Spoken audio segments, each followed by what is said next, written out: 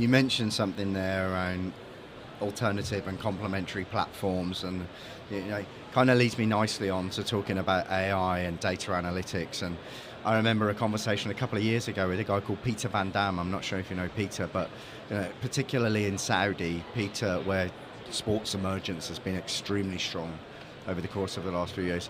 Speaking to Peter at the Broadcast Pro Middle East forum, and him talking to me about how quickly AI processes a game to create the montage at the end of the game, to create clips that can immediately be pushed out to social media.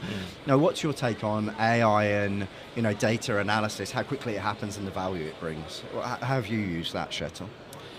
Yeah, so if you think about like all the data you can consume in connection with the game, what if we could do the same with video, right?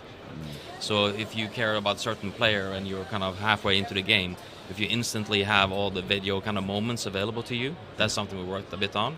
Where cutting that automatically, there's obviously highlights companies to do that, but there's also some production time associated with that, right?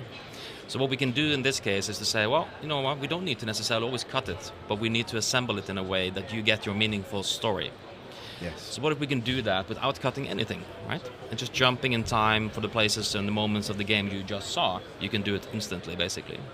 And that is a good example of the data being the markers of what was interesting in the game, but then also understanding what would you consume or would I consume, right? And based on your choices and my choices, we could get different kind of combinations of the video kind of becoming something you can control, right?